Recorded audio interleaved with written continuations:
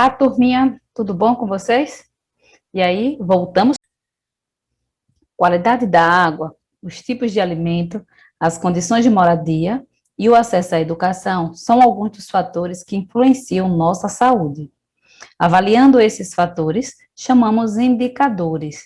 É possível analisar o estado de saúde de uma população e criar medidas para melhorar a vida das pessoas.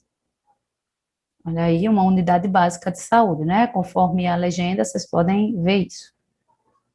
Combate à pobreza. Vamos ler essa caixinha de texto aqui. Vamos entender o que diz a vice-secretária-geral da ONU, Amina Mohamed.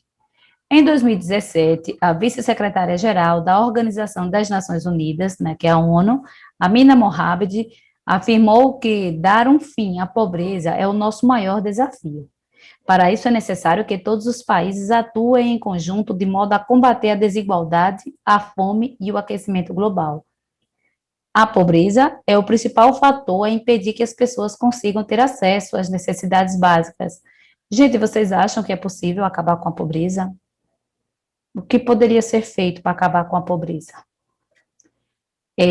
Como comida, água potável, esgoto, as necessidades básicas, né? Comida, água potável, esgoto, moradia, educação, lazer, saúde e transporte. De acordo com o Instituto Brasileiro de Geografia e Estatística, que é o IBGE, em 2016, 25,4% da população brasileira vivia em situação de pobreza. Segundo o critério adotado pelo Banco Mundial, né, qual o critério? Nos países em desenvolvimento, é considerado pobre quem tem disponível menos do que 5,5 dólares por dia. Há várias medidas que os governos devem tomar para combater a pobreza. Quais são as medidas? Auxílio às camadas mais pobres e maior acesso à educação, à rede sanitária e ao atendimento médico. Essas iniciativas dependem do trabalho em conjunto entre governo, empresas e sociedade. Muitos países, como o Brasil, a Colômbia, o México e o Chile, eles vêm realizando programas de transferências condicionadas de renda, voltados a famílias que não têm o mínimo para atender às suas necessidades.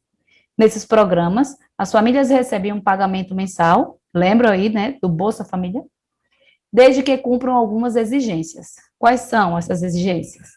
Manter as crianças e os adolescentes na escola, levá-los a consultas médicas e vaciná-los. Além de programas como esses, é preciso investir em educação e saúde e criar condições para a geração de empregos.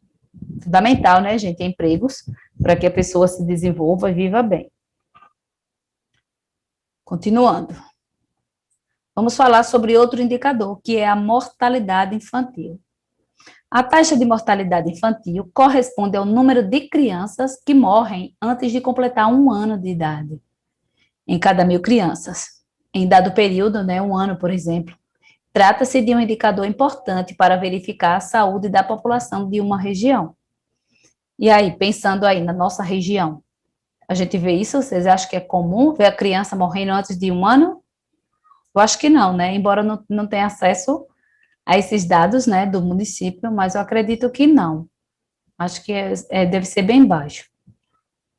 Mas vocês podem estar aí pensando, né? Onde vocês moram. É comum ver isso? A falta de saneamento básico, de assistência médica à criança e à gestante e a desnutrição são fatores que elevam a taxa de mortalidade infantil.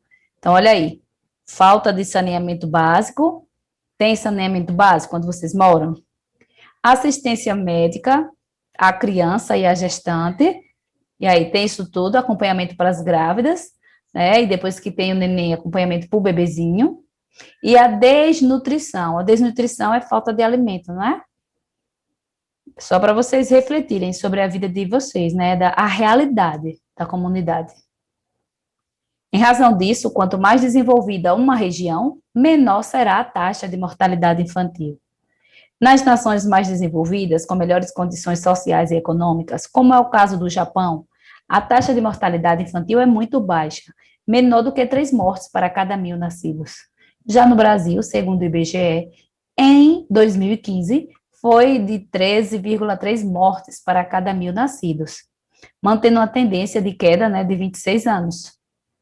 A taxa, no entanto, varia de região para região. A gente sabe que o Brasil, ele é tão grande, né, é um país continental, ele é gigante. Então, as regiões são bem diferentes, né?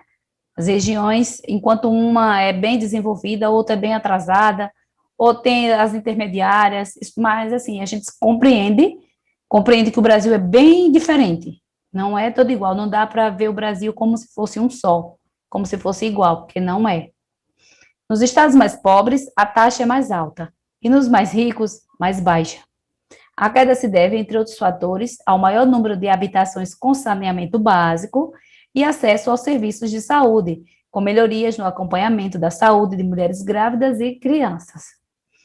Em 2018, porém, dados do Ministério da Saúde apontaram um aumento nessa taxa para 14 mortes em cada 1.000 nascidos.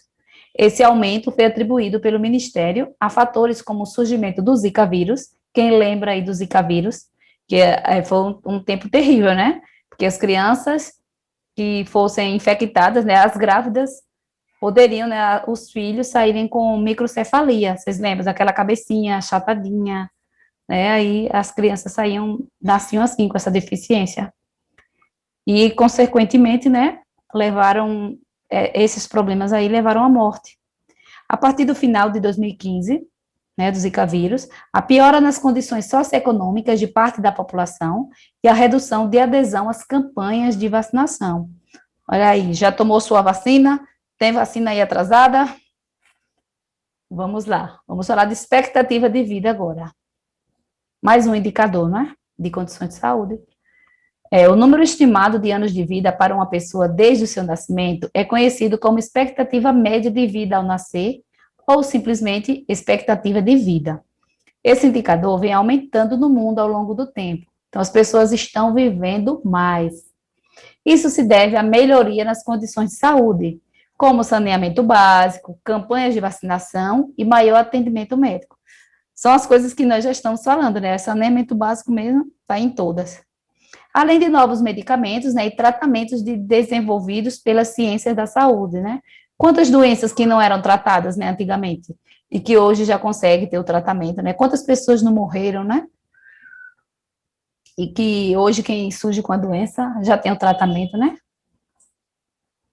No Brasil, em 2015, a expectativa de vida ao nascer era de 75,5 anos. Lembre-se, no entanto, de que esse indicador é uma média, que varia em função das condições de saúde de diferentes regiões de um mesmo país. Imagine o nosso, né, como acabamos de falar, tão grande como ele é, tão diferentes, com regiões bem diferentes. Outro indicador é a escolaridade. O nível de escolaridade de uma população refere-se ao tempo de estudo das pessoas. A porcentagem de crianças que frequentam a escola e o índice do analfabetismo são importantes indicadores dos padrões de vida de uma população. Quanto maior o nível de escolaridade de uma população, maior será a sua qualidade de vida e maior o desenvolvimento de um país. Fiquem espertos, viu? Vamos estudar. Com boa educação e boa saúde, ampliam-se as possibilidades de trabalho e de melhora das condições de vida. O ingresso e a permanência na escola dependem muito de quanto a família ganha. Então, quando a renda familiar é baixa, são frequentes os casos de crianças e adolescentes que deixam de frequentar a escola para trabalhar e ajudar no sustento. No Brasil, o Programa de Erradicação do Trabalho Infantil, que é o PET, vocês lembram? Visam proteger crianças e adolescentes menores de 16 anos contra qualquer forma de trabalho, procurando garantir que frequentem a escola. Você já perdeu aula para ter que ajudar seus pais no trabalho, ou para ficar com seu irmão, né, o seu irmão menor, enquanto sua mãe e seus pais precisam sair para trabalhar. Então, né, é dessas situações que nós estamos falando. Analfabetismo. A taxa de analfabetismo vem caindo ao longo dos anos. Em 2015, o Brasil ainda tinha 12,9 milhões de analfabetos, de acordo com o IBGE. Em 2005, eram 11,1% das pessoas com mais de 15 anos que não sabiam ler e escrever. Em 2015, essa proporção caiu para 8%. Então, deu uma diminuída boa, né? De 11,1% caiu para 8%. Quando a gente fala de analfabetismo, são pessoas que não sabem ler e escrever, ou assim, tem algumas pessoas que lêem alguma coisa, mas não entendem nada do que leu, lê bem pouquinho, é analfabeto, tá certo? É considerado analfabeto. Esse indicador é muito importante, entre outros fatores, porque evidencia a desigualdade na população. As pessoas consideradas analfabetas costumam enfrentar também outros problemas sociais graves, como a fome e o desemprego. Gente, agora vamos seguir, né, para a página 132. Vamos responder a primeira e a segunda questão. Então, na primeira questão, nós vamos observar o gráfico. Olha, observe no gráfico abaixo os dados sobre a mortalidade infantil. O que seria isso mesmo? Nós acabamos de falar, hein? O que é mortalidade infantil? É a morte de bebês, né? De crianças até 1 ano de idade. Então, em alguns países do mundo, né, no ano de 2017. Vamos ler o gráfico? Olha, aqui do lado esquerdo tem a posição do ranking, né? Quem está em primeiro, quem está em segundo e por aí vai descendo. Aqui nós temos o nome dos países e aqui tem a taxa de mortalidade infantil de cada um desses países. Gente, o que a taxa de mortalidade infantil indica? Essa taxa aqui. O que quer dizer? Nós já vimos que quando falamos de mortalidade infantil, são as crianças que morrem até 1 ano de idade, não é? Então, o que significa essa taxa de mortalidade infantil? Olha quem está na frente. O país é o Afeganistão. 110,6 crianças em 1.000 nascimentos, né? De cada 1.000 nascimentos, morrem 110,6 crianças. É o que está em primeiro lugar, né, no ano de 2017. Aí, segundo vem a Somália, né, 94,8, e por aí vai. O Brasil está aqui, não é? Olha, na posição 92, 17,5. Olha, lembro lá que no texto nós vimos de 2015, não foi? O número. Mas aí veja que já está bem mais alto, né? 17,5. O que a taxa de mortalidade infantil indica? Indica o número de crianças que morrem, não é? Antes de completar 1 ano, a cada 1.000 nascimentos. A letra B. Que fatores aumentam a taxa de mortalidade infantil? Vamos lembrar desses fatores que nós vimos. Quais são? Saneamento básico. Que mais? A falta de assistência médica, né? Tanto para a gestante quanto para o bebê, não é? Desnutrição, entre outros, né? Nós vimos vários fatores.